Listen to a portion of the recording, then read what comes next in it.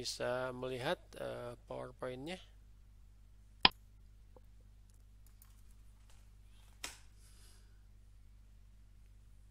Halo, halo.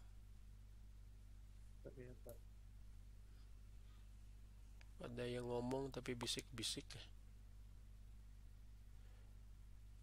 Baik,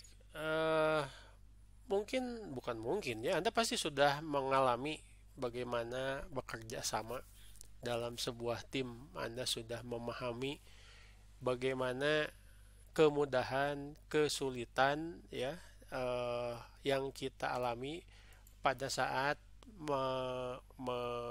terlibat dalam sebuah teamwork ya, mengerjakan tugas, membuat program. Kalau di kuliah IMK itu kan membuat paper prototyping. Nah, sekarang kita akan mencoba melihat bagaimana lingkungan kolaborasi dari sisi perancangan interaksi itu akan dibentuk, akan menggunakan konsep-konsep tertentu ya. Collaboration itu tentu saja juga sesuatu yang kompleks ya. Sekarang kuliah sebetulnya kolaborasi juga ya, kita kolaborasi untuk belajar, ternyata juga menyamakan persepsi dari 30 sekian mahasiswa yang saya ajar di kelas ini juga bukan hal yang mudah ya. Bagaimana Anda dalam sebuah tim itu menyampaikan pendapat, mungkin pendapat Anda akan diterjemahkan dengan berbeda oleh orang berbeda. Yang Anda maksudkan A, yang diterima B.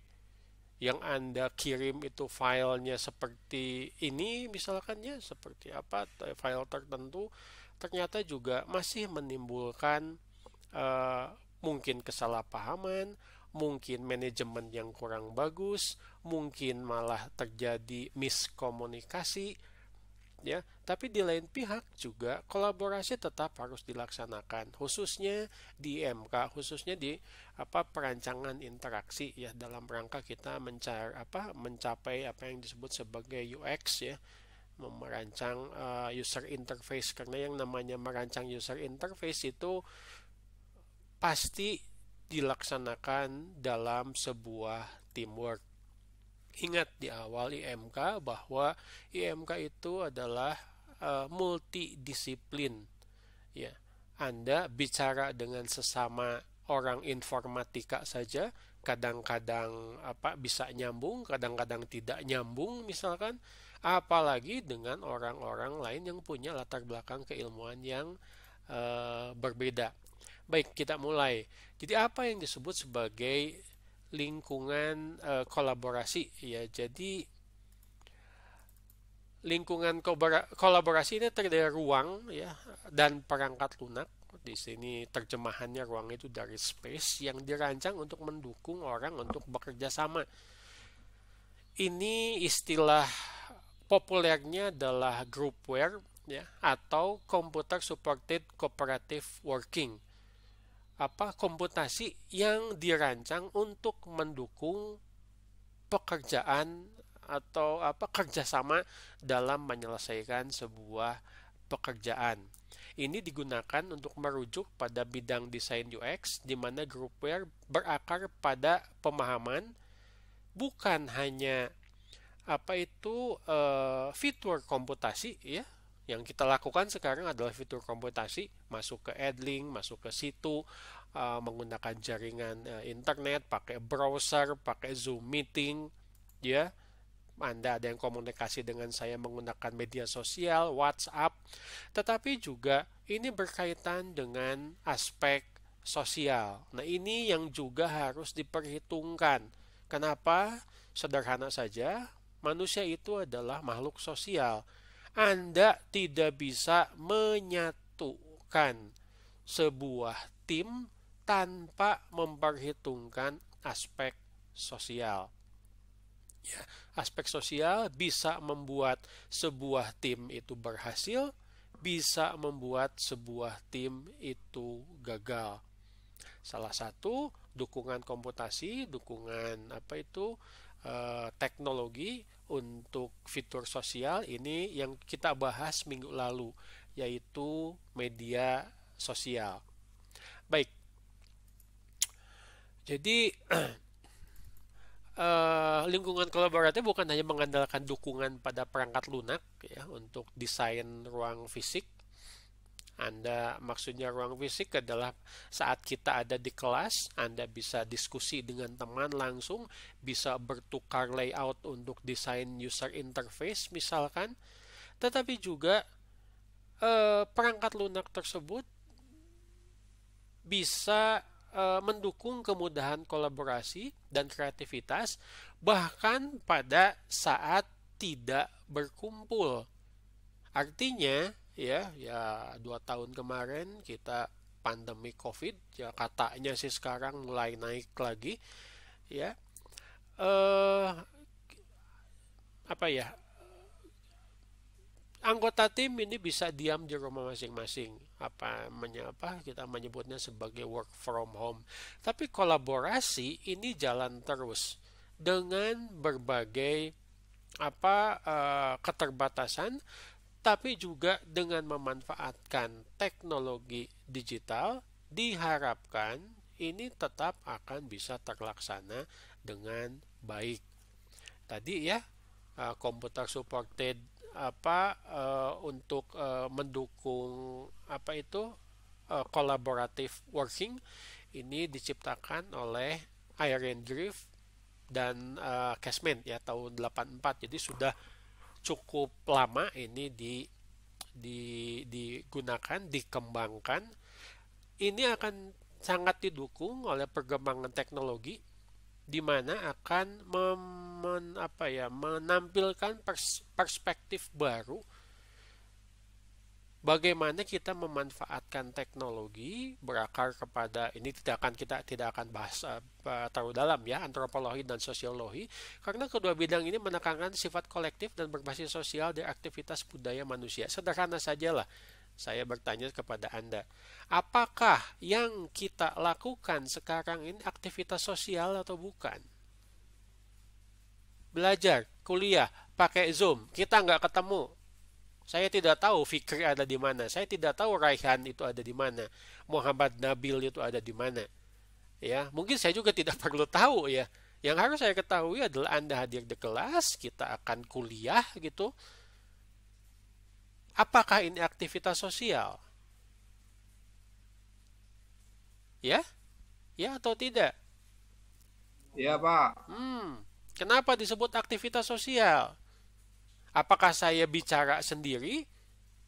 Terus andanya kemana gitu tidak mendengarkan? Atau nanti dilanjutkan dengan diskusi? Ada interaksi? Seperti halnya kita bertemu langsung di kelas.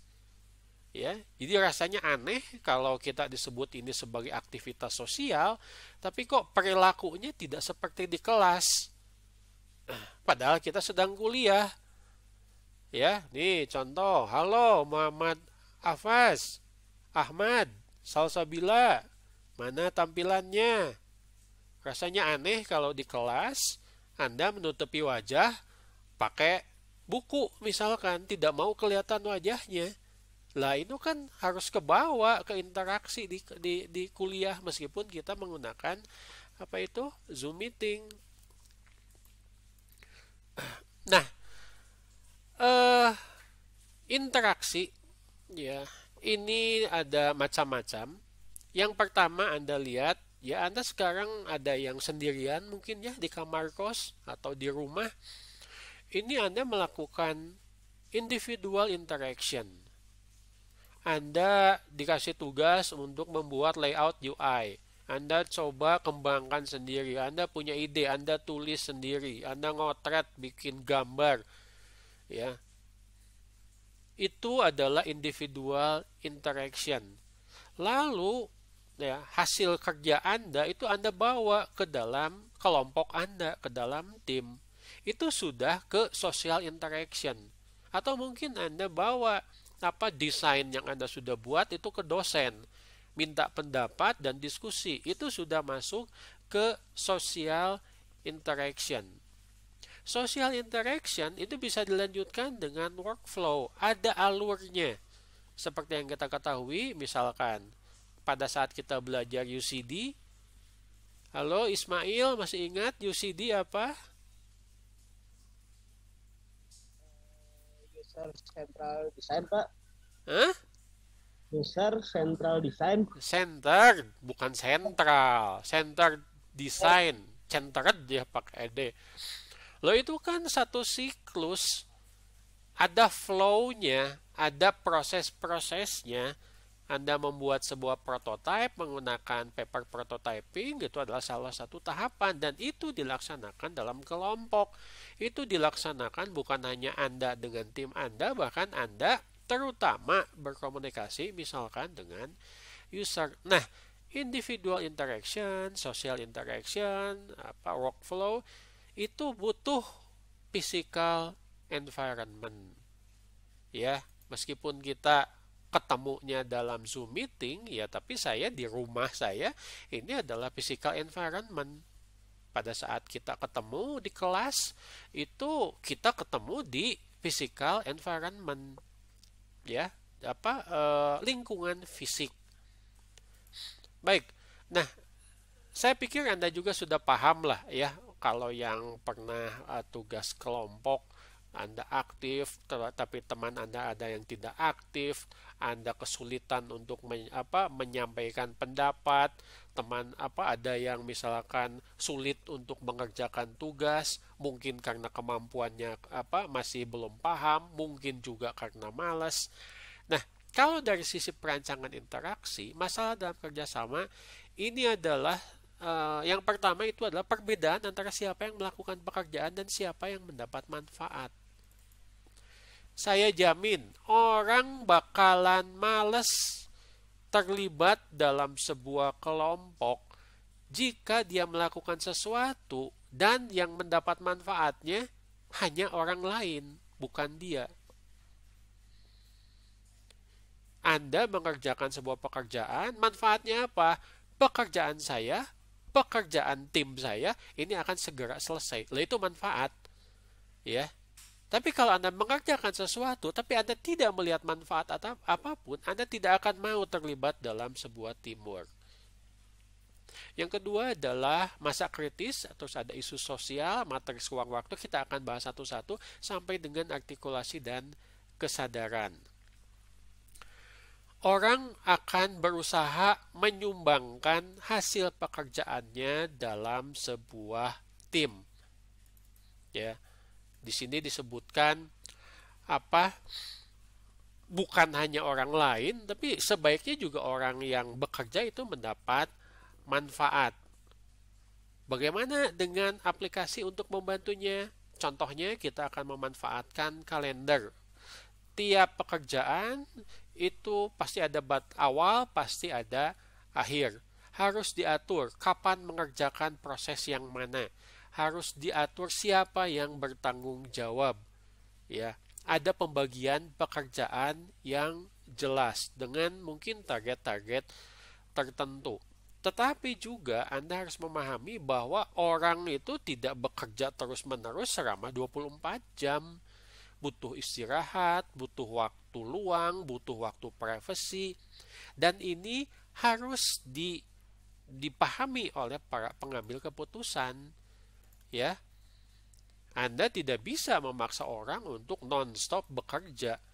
Daripada pekerjaan selesai, ya orangnya malah sakit, ya, atau stres. Nah, problem ini harus dipecahkan. Bagaimana dalam sebuah tim orang harus melihat manfaat kolektif dari kolaborasi atau sistem kolaboratif yang akan menghasilkan keuntungan untuk semua orang. Ya, Anda ikut tim kelompok tugas besar misalkan dari seorang dosen. Ya, ternyata sang dosen ini memberikan penilaian yang berbeda-beda untuk setiap anggota tim. Disesuaikan dengan pembagian kerja. Loh, kan nanti orang akan berpendapat, loh kok ini tidak adil ya. Saya kan bukannya bukannya minta ini diberi tanggung jawab oleh misalkan ketua tim, tapi kok saya dapat nilai yang kurang dibandingkan dengan anggota tim yang lain. Nah, ini problemnya misalkan adalah pembagian tanggung jawab yang tidak baik ya, sehingga nanti penilaiannya juga dirasakan merugikan untuk beberapa anggota tim. Ini jangan sampai terjadi. Orang jadi merasa tidak ada untungnya ikutan teamwork, ikutan kolaborasi. Yang kedua adalah masa kritis. Masa di sini adalah kumpulan orang artinya. Ya. Tim itu kumpulan orang bukan? Iya, Pak. Ya, jangan sampai nanti ada dosen bilang, "Ayo, kita bikin tugas besar. Kita bikin tim ya, masing-masing kelompok ini 3 sampai dengan 4 orang." Terus ada mahasiswa datang, "Pak, boleh sendirian?" Itu pertanyaan yang tidak perlu dijawab ya. Masa kritisnya mana? Karena setiap dosen misalkan memberikan tugas kelompok itu pasti ada tujuannya, sesuai dengan silabus, sesuai dengan kurikulum, sesuai dengan tujuan dari mata kuliah tersebut. Nah, aplikasi apa yang misalkan bisa membantu untuk mendukung masa kritis? Sebuah informasi bisa disampaikan dengan cepat. Ya. Sistemnya misalkan yang digunakan itu adalah email. Nah, banyak sekali kegiatan dalam kerja kolaboratif. Ya. Ini problem sekaligus juga mungkin pemecahan masalahnya adalah harus ada pengelolaan masa kritis yang baik. Tadi saya sudah menyinggung misalkan ya, satu kelompok ini dinilai akan dinilai oleh seorang dosen. Jangan sampai di dalam kelompok tersebut ada pembagian tugas yang tidak adil, yang capek-capek, yang santai-santai. Artinya apa? Itu pengelolaan masa kritisnya tidak bagus. Loh, kok dia dapat nilai bagus ya? Padahal tiap kerja bareng gak pernah datang. Itu akan menimbulkan masalah.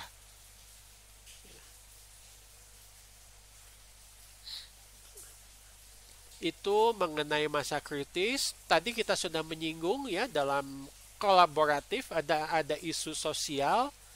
Ya. Gaya orang ya itu berbeda-beda, gaya bicara, gaya bekerja, gaya menyampaikan pendapat ya. Jadi kalau kita lihat kerja kooperatif bukan hanya kegiatan rasional ya, menggunakan otak, ilmu, tapi juga secara sosial. Mungkin ada motivasi, mungkin ada politik yang bisa bergeser dan saling bertentangan dari orang yang terlibat. Kenapa misalkan seorang ketua sampai memutuskan untuk memecat seorang anggotanya?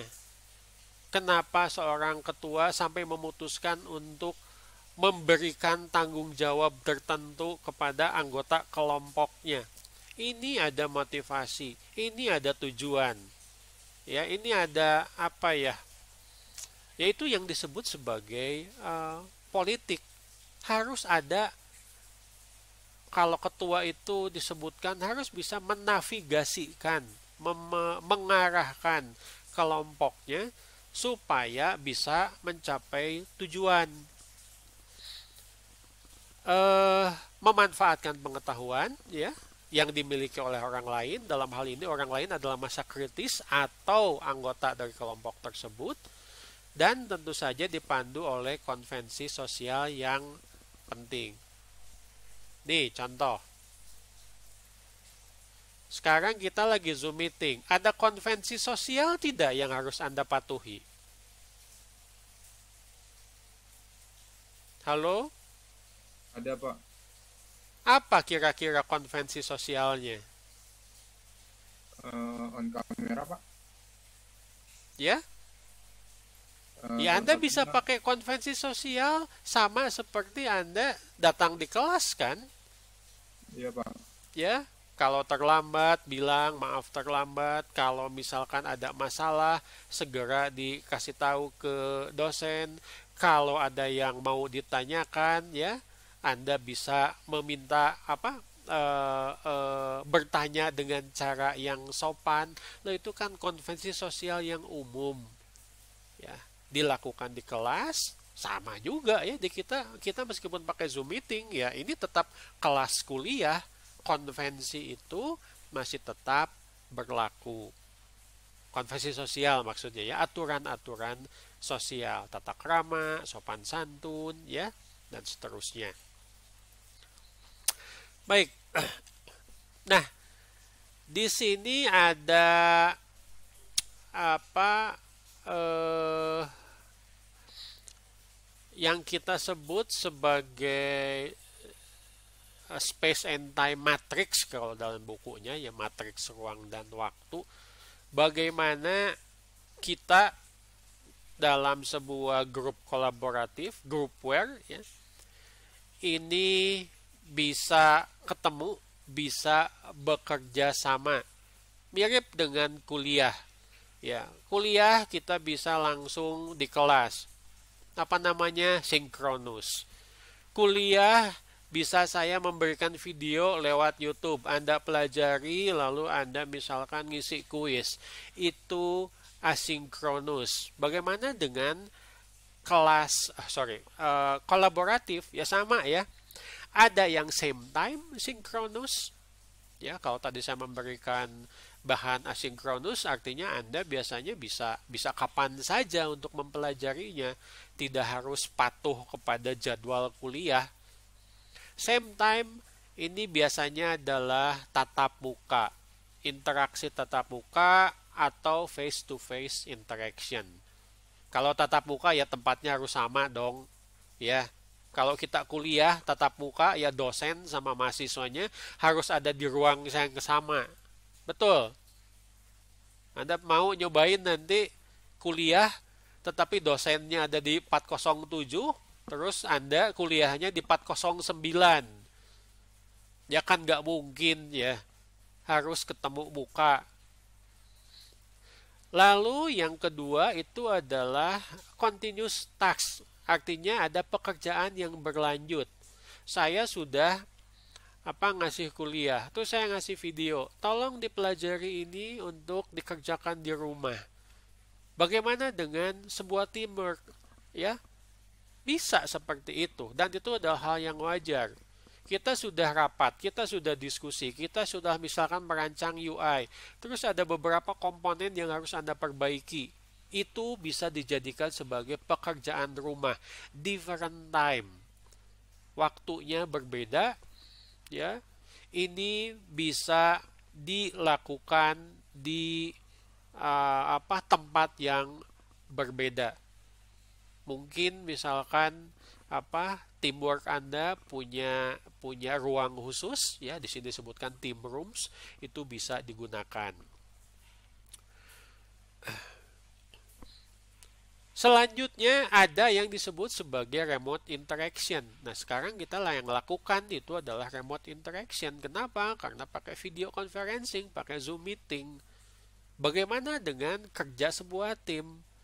Ya, bisa ya dilakukan. Bagaimana misalkan timnya itu sedang ada di luar kota. Ya kerja jalan terus. Manajer timnya misalkan sedang ada kepentingan keluar kota atau bahkan keluar negeri, tapi dengan memanfaatkan remote interaction, dia tetap bisa mengontrol pekerjaan timnya. Bisa pakai video conference, bisa share screen misalkan ya, untuk berbagi layar untuk mengerjakan sebuah proyek. Dan selanjutnya sebentar, yang remote time ini bisa waktunya sama, ya, tetapi bisa dari tempat yang berbeda. Nah, kalau tempatnya berbeda, waktunya berbeda, ini kita bisa memanfaatkan email. bisa memanfaatkan blog, bisa memanfaatkan video, bisa memanfaatkan aplikasi cloud berbagi file. Ini termasuk ke communication and coordination. Oke, saya tanya. Pada saat Anda melakukan tugas kelompok yang mana saja, kuliah mana saja, apakah keempat matriks ini Anda lakukan atau tidak?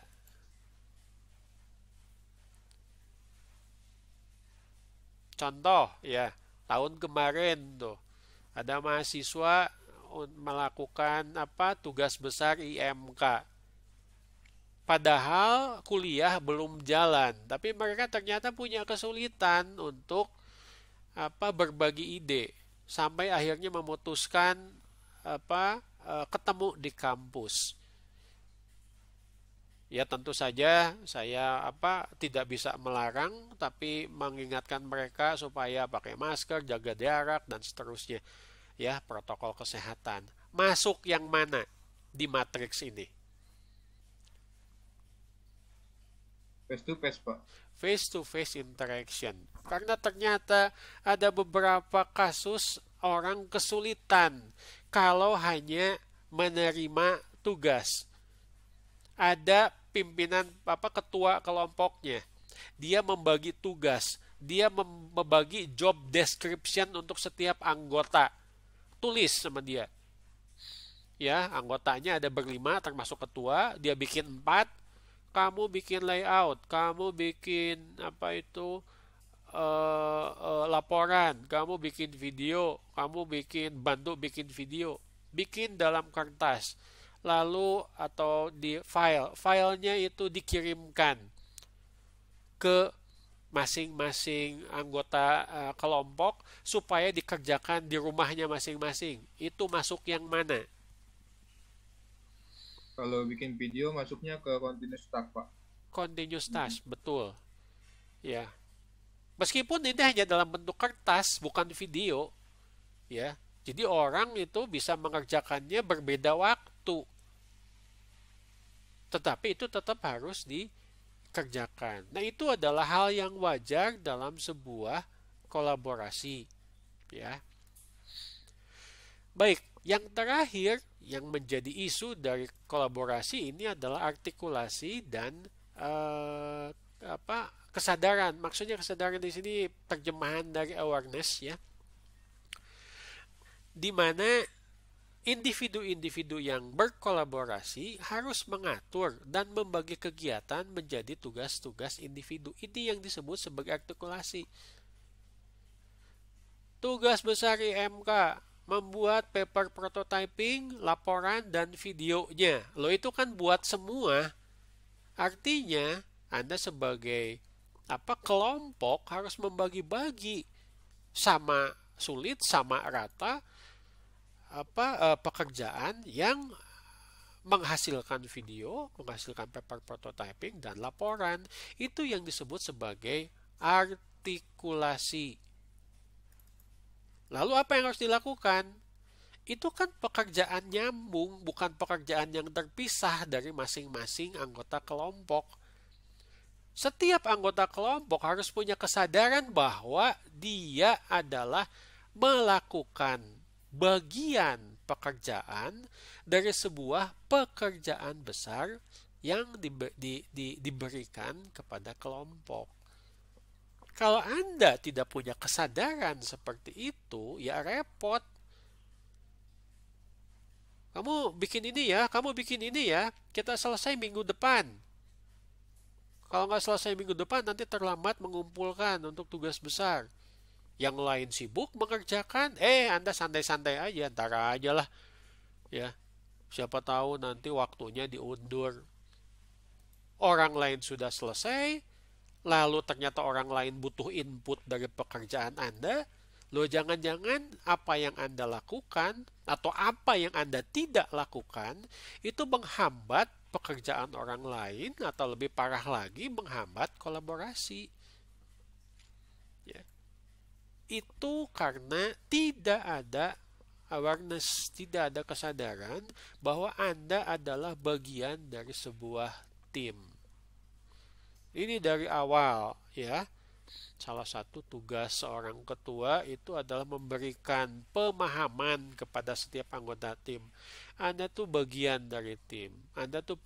Kita tuh punya tanggung jawab besar yang didekomposisi menjadi artikulasi tiap atau tanggung jawab yang dipilah-pilah antar tiap anggota tim. Harus sadar loh. Ya, satu aja tidak melaksanakan tanggung jawabnya, ini bisa berakibat fatal. Ya, pekerjaan jadi tidak selesai. Kalau tadi kita bicara tugas besar, ini bisa terlambat atau bahkan tidak selesai dan ujung-ujungnya mendapat nilai atau reward yang tidak sesuai dengan harapan. Oke? Sampai sini dulu. Ada pertanyaan mengenai problem-problem, ya. Jadi memang begitu kesulitan mengelola manusia, mengelola orang, ya. Kepala katanya boleh boleh rambut boleh sama hitam, tapi pikiran bisa berbeda-beda. Baik. Sampai dengan artikulasi dan kesadaran, saya harap Anda punya pemahaman ya bahwa itu memang harus dilaksanakan. Nah, sekarang kita akan belajar menggunakan sebuah bingkai kerja atau framework dari Benyon dan Mifal. Ini namanya Tacit. Tacit itu bukan yang dipelajari di sistem manajemen pengetahuan ya, tetapi Tacit di sini adalah singkatan. T-nya itu adalah territory ya. Territoriality, ya, territory itu apa ya? Kawasan. A-nya itu adalah awareness, ya, kesadaran, mengulang yang tadi artikulasi dan kesadaran. C-nya itu adalah control, ya, atau apa ya? Mengendalikan. I-nya tentu saja interaksi, dan T-nya itu adalah transition atau transisi atau perubahan. Framework ini digunakan untuk memastikan bahwa kolaborasi baik tatap muka, baik menggunakan teknologi digital, baik menggunakan tatap muka dan teknologi digital, ini bisa berlangsung dengan baik.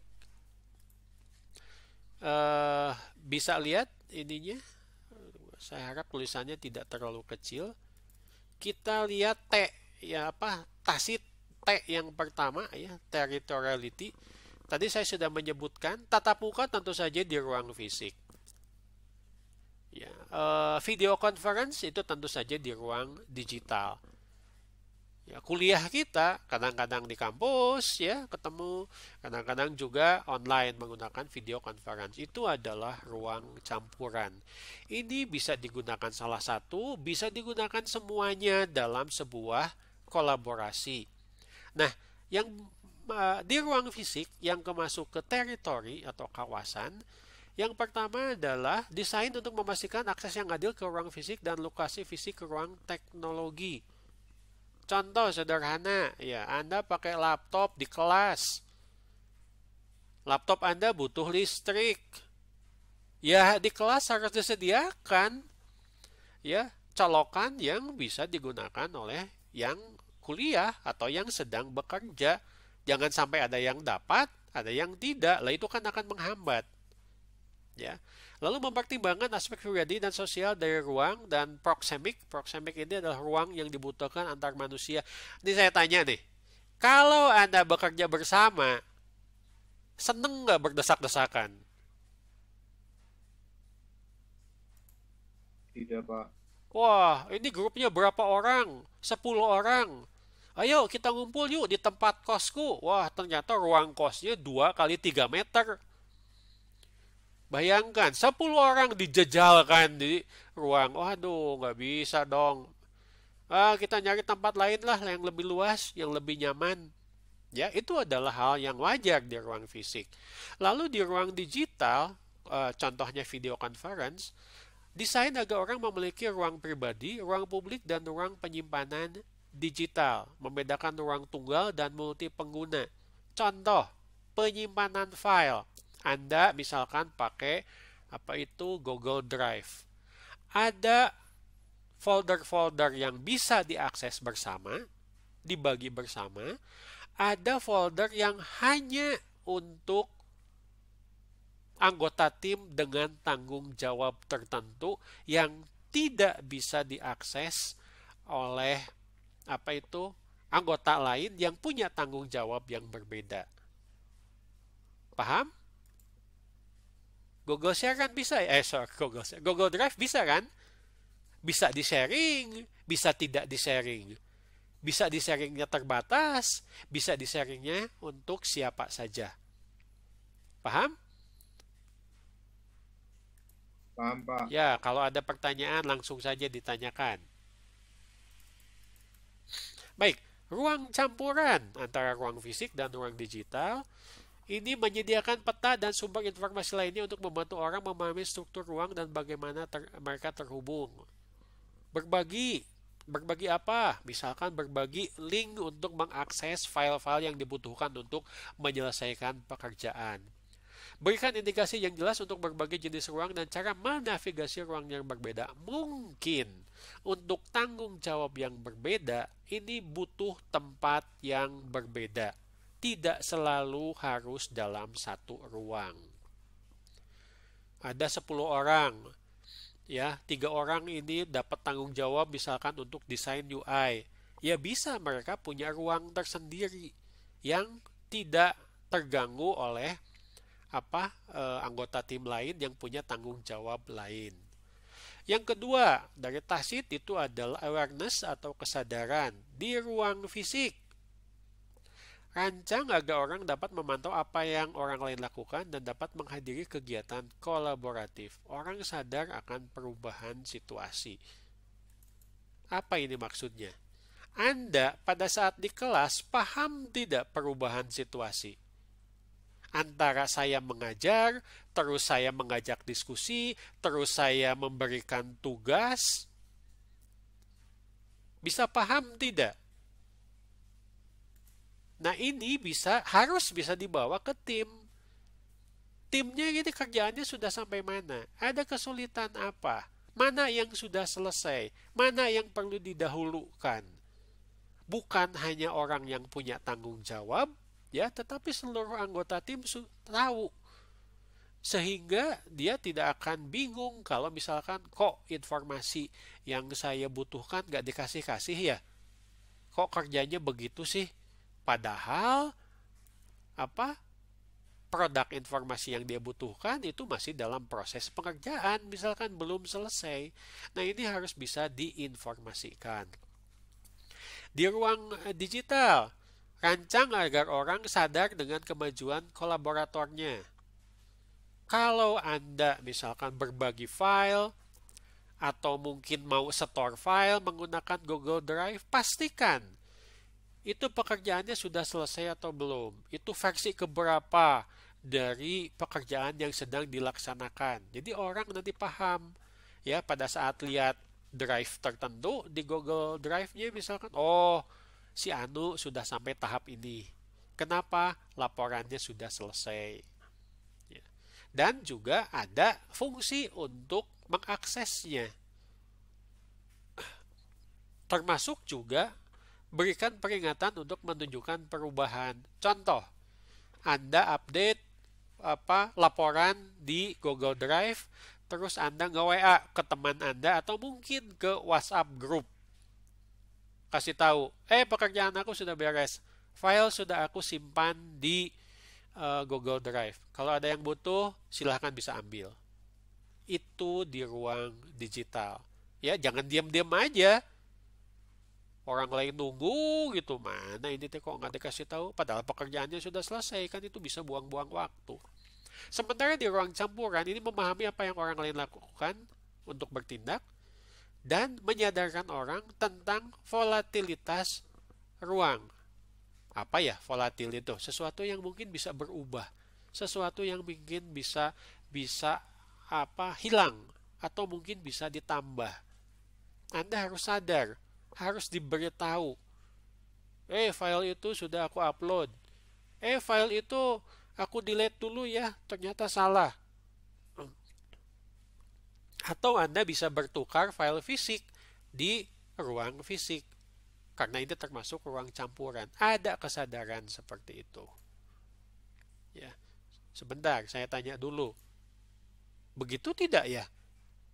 Kalau Anda kerja dalam sebuah teamwork.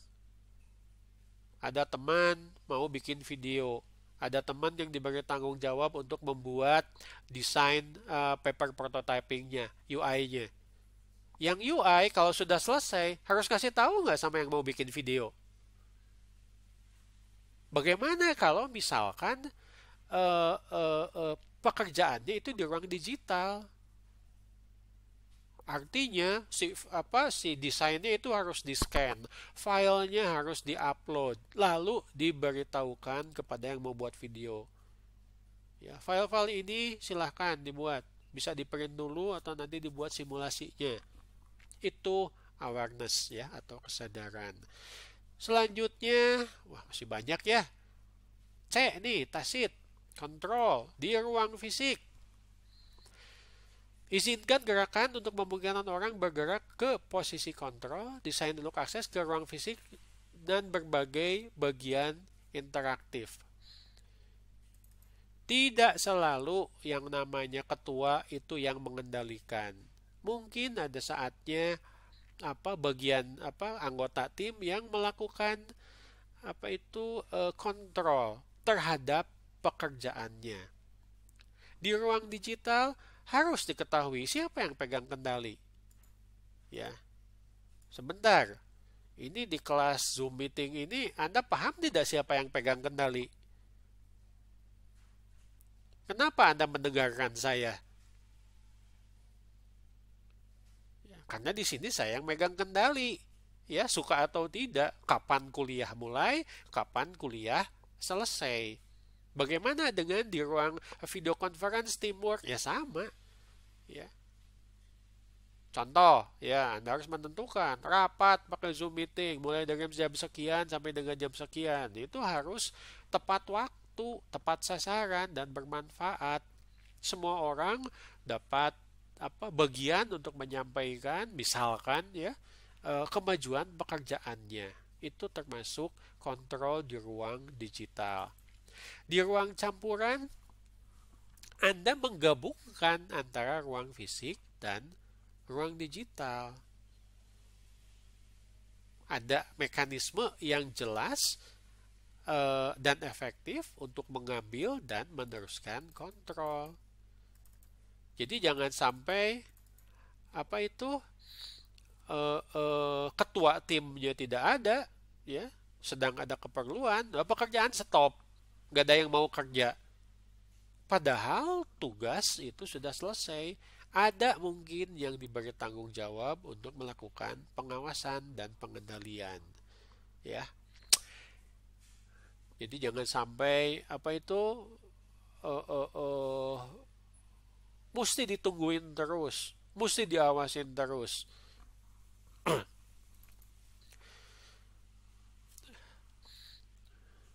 Yang namanya teamwork, kerja kolaboratif ya tidak mungkin kalau tidak ada interaksi. Ya. Dalam interaksi ini tentu saja ada alokasi tugas antara individu dalam kelompok ya, berkali-kali tadi saya sebutkan. Ada aspek yang harus diperhatikan. Contoh, kalau kira-kira mau ngasih tugas, mau pemberitahuan, ya tolonglah jangan di atas jam 9 malam ya. Jam 9 malam kan sudah waktunya istirahat. Ya kalaupun kita kerja sampai tengah malam, sampai begadang, kerjaan selesai atau jangan-jangan kerjaan tidak selesai, anggota tim malah sakit. Ya. Bagaimana di ruang digital? Sama. Ya. Jangan mentang-mentang pakai WhatsApp, orang di rumah, pakai email. Video conference yuk jam 11 malam. Ya itu kan tidak efektif. Orang sudah waktunya tidur.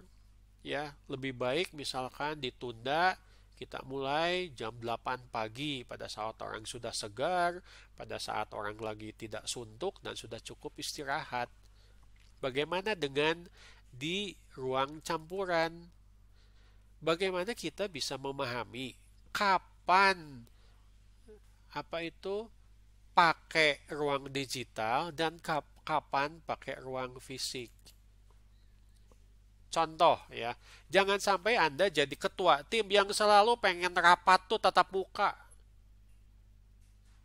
tanpa mempedulikan bahwa ternyata ada anggota tim yang rumahnya jauh ke tempat pekerjaan.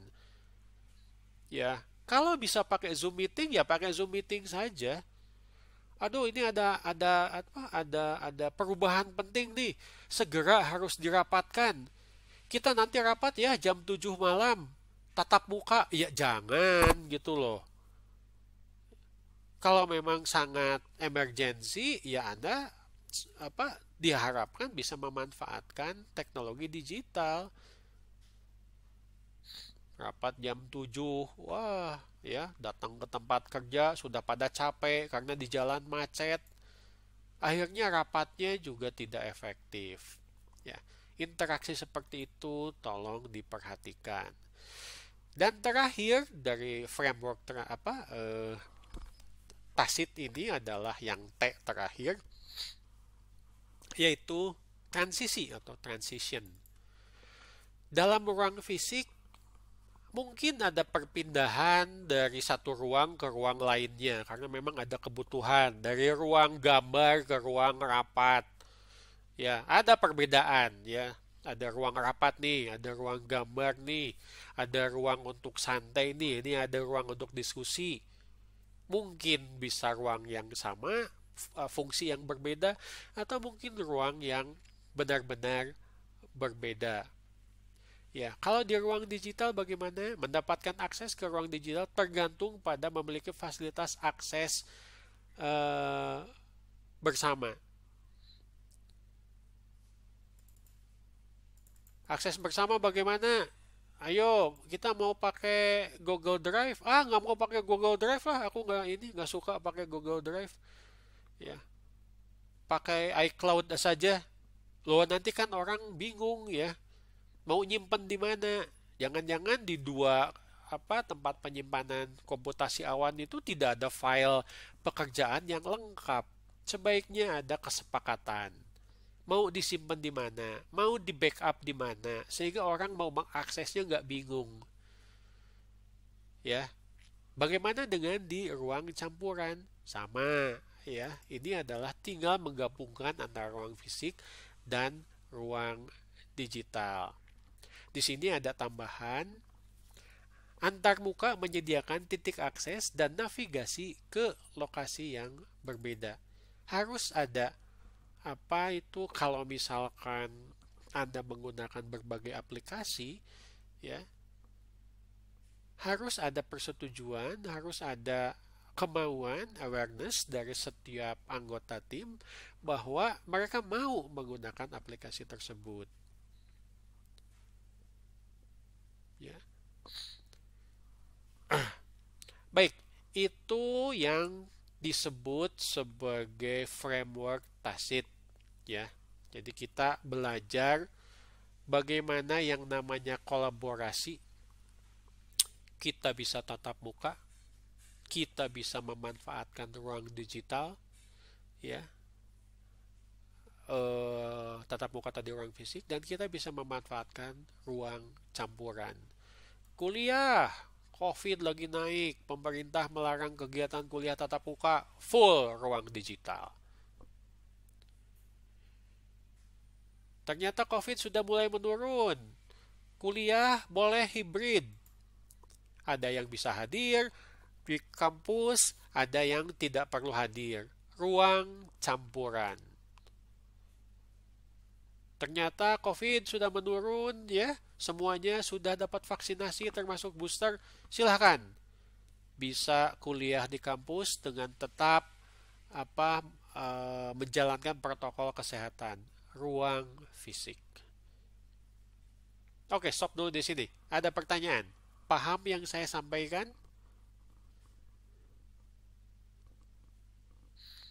Oke, pertanyaan. Di mana teknologi digital digunakan? Apakah di ruang fisik? Apakah di ruang digital? Apakah di ruang campuran?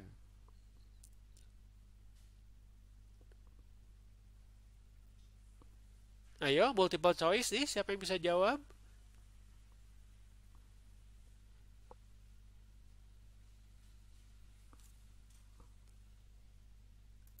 Ruang digital sama ruang campuran, Pak. Ruang digital sama ruang campuran. Di ruang fisik nggak perlu teknologi? Perlu untuk tambahan aja, Pak. Iya. Meskipun hanya untuk tambahan, tetap diperlukan. Ya, contoh di ruang fisik, Anda lagi kerja, terus kata teman Anda, lihat dong kopinya. Kok apa? Copy dong filenya. Anda kopikan filenya ke USB, terus kasihin ke teman. Loh itu kan tetap butuh yang namanya teknologi. Ya, dari dalam framework Tacit ini bisa berjalan dengan baik, tentu saja dengan dukungan teknologi informasi dan komputer. Baik, tadi sebetulnya saya sudah memberikan contoh-contoh ya, tapi supaya lebih afdol lah kita belajar studi kasus.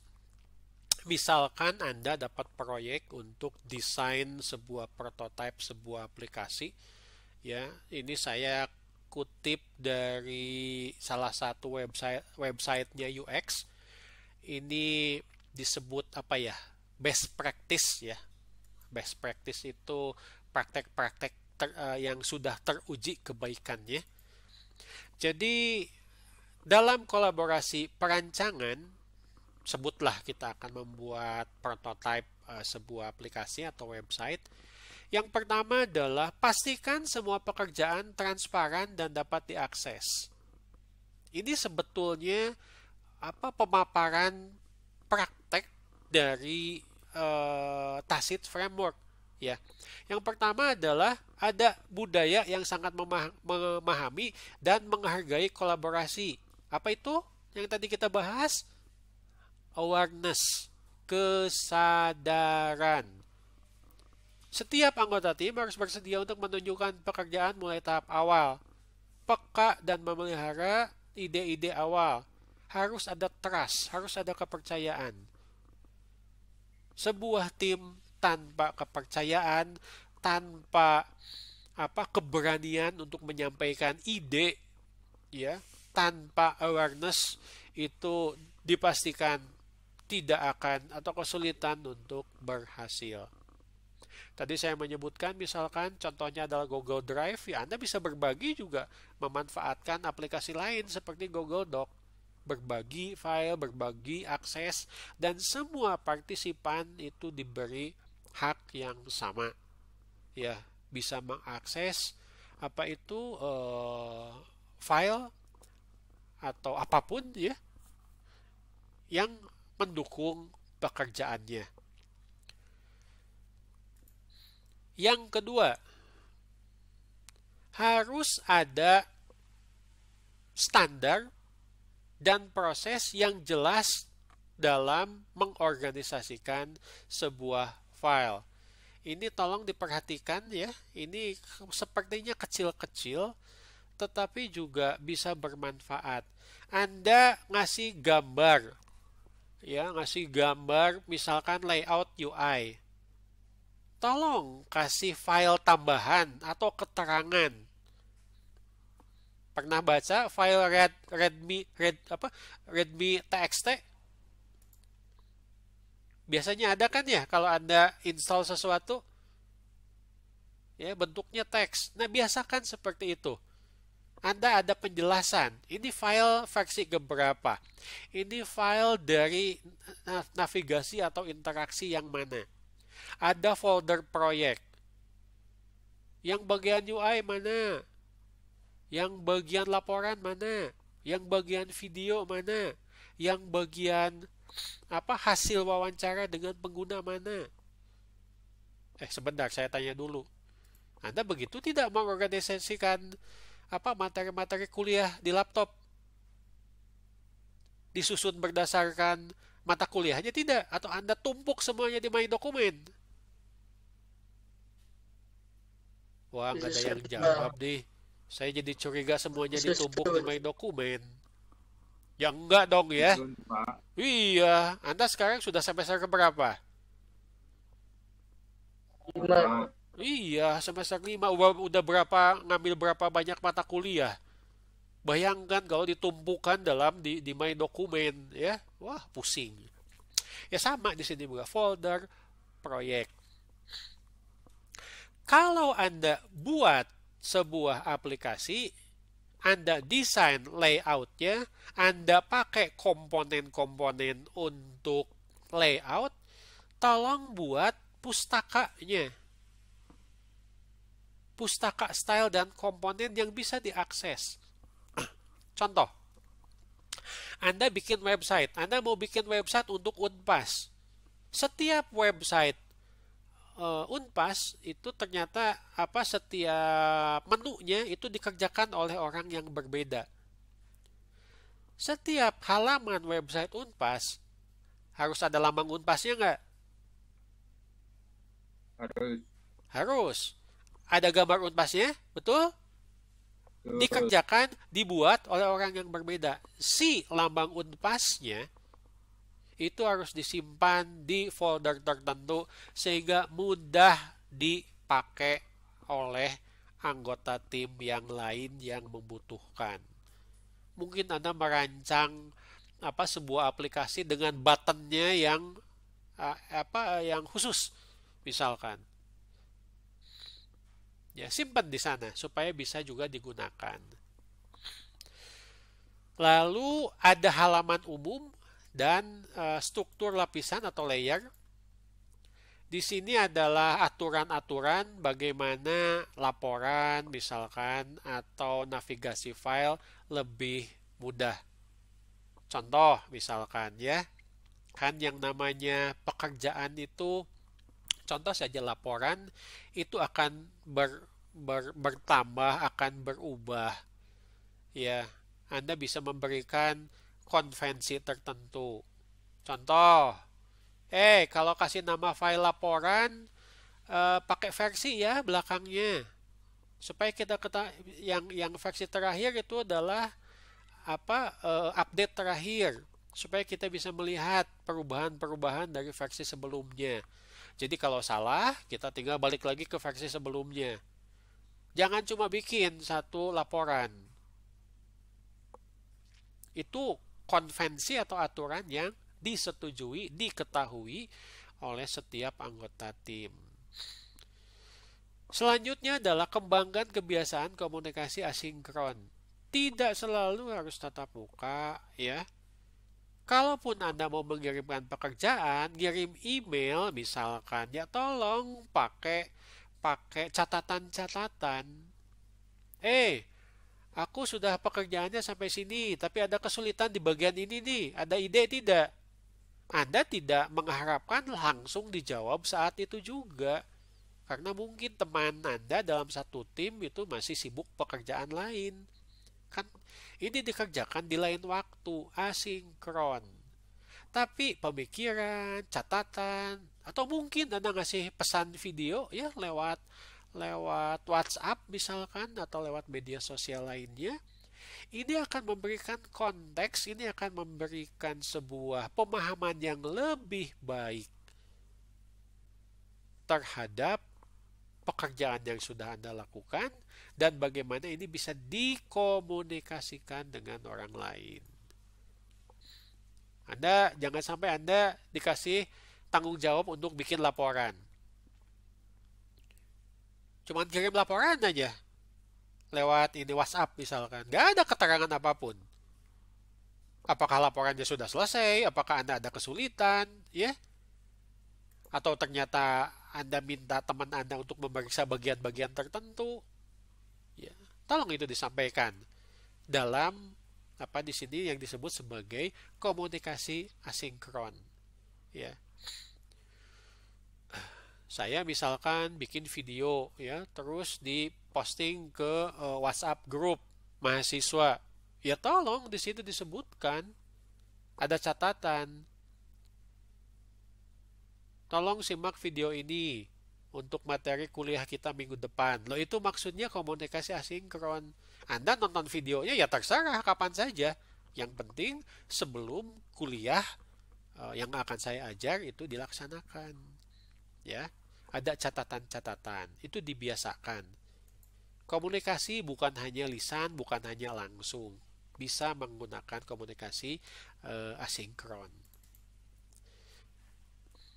Sorry.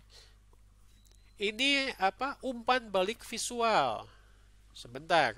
Kira-kira orang lebih paham yang lebih cepat paham yang tekstual atau yang visual ya? Visual, Pak. Apalagi kalau dalam merancang UI. Daripada Anda ngetikkan apa yang mesti diperbaiki, kan Anda bisa bikin gambar untuk perbaikan dari desain user interface misalkan yang sedang dirancang.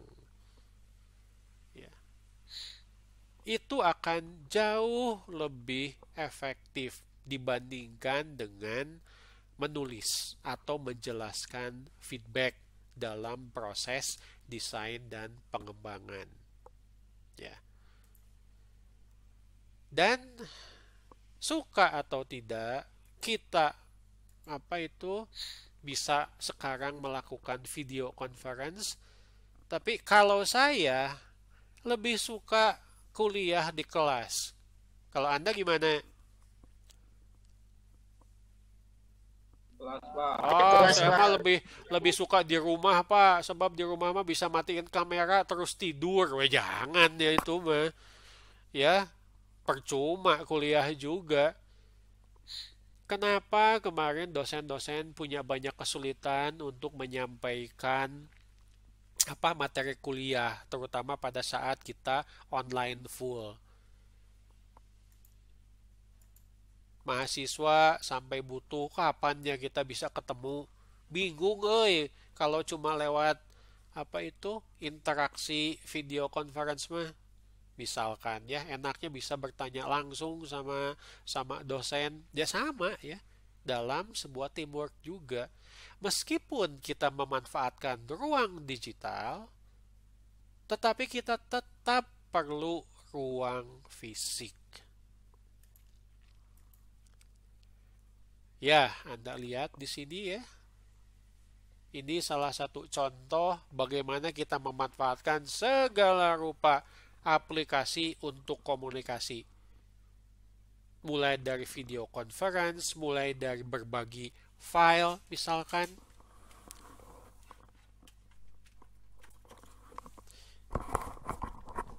Sorry.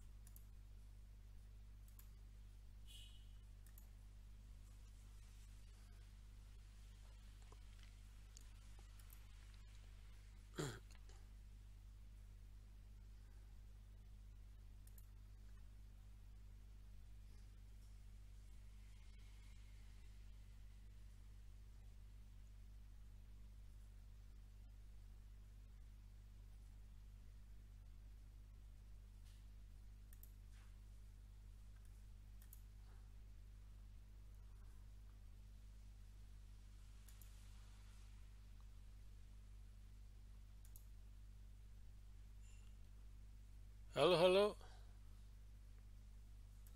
Oh, Halo sorry, Pak. barusan listriknya habis sampai restart sendiri ya. Sorry kalau sudah terlalu asik.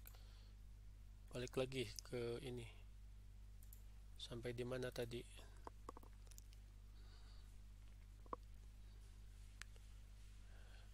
Sampai di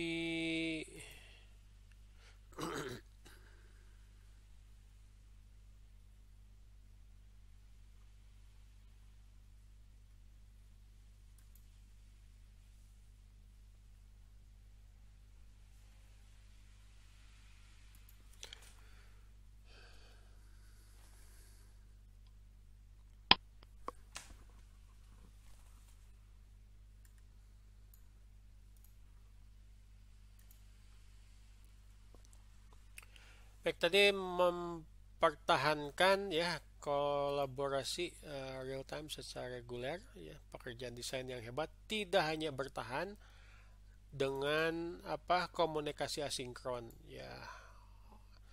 Ya contoh sajalah ya, kalau saya seorang dosen kalau melihat video conference sekarang, saya tidak bisa memahami ya apakah Anda paham apa dengan yang saya sampaikan atau cuma manggut-manggut saja ya. Saya tidak paham apakah Anda itu memperhatikan kuliah atau cuma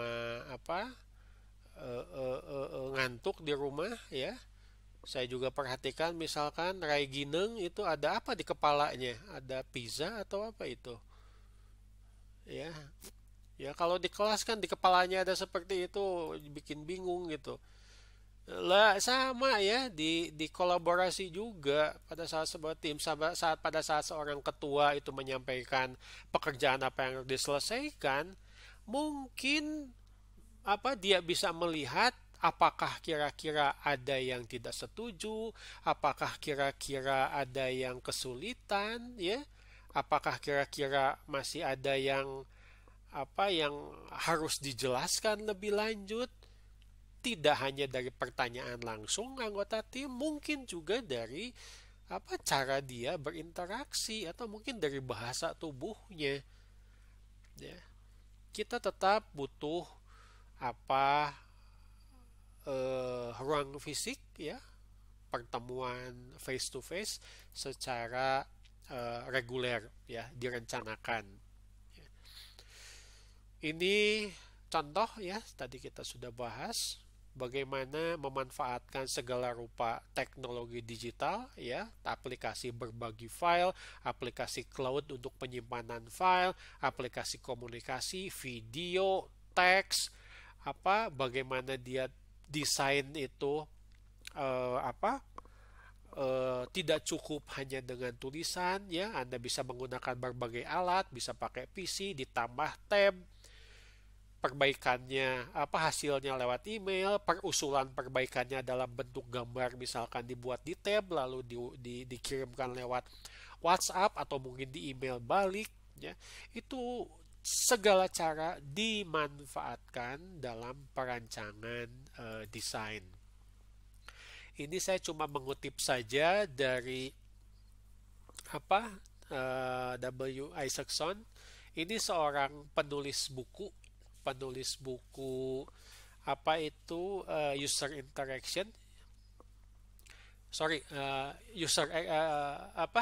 user experience ya. Dia menyebutkan bahwa dalam sebuah kolaborasi atau teamwork, biasanya gagasan-gagasan baru muncul ketika banyak gagasan acak bercampur satu menjadi berpadu.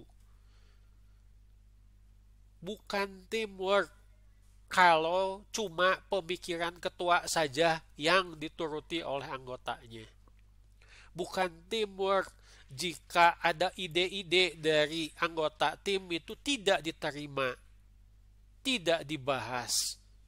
Ya mungkin bisa diterima, bisa ditolak. Tapi jangan sampai idenya baru disampaikan, belum dibahas lebih lanjut, itu sudah ditolak. Yang namanya kolaborasi, yang namanya teamwork itu adalah perpaduan ide-ide dari anggotanya.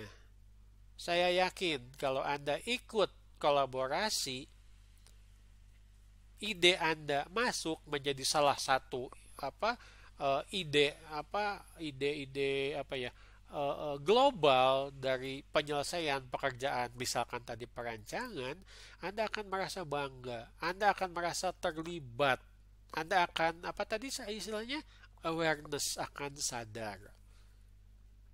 Kalau Anda punya ide, tapi meskipun ide Anda baik, bisa mendukung desain, tapi ternyata ada orang lain yang tidak suka, ya, tidak sukanya bukan karena profesional, ya, tapi karena sesuatu yang misalkan subjektif, itu akan membuat kerja tim dalam kolaborasi menjadi tidak baik. Oke, itu materi-materi kita mengenai lingkungan kolaborasi. Sebentar.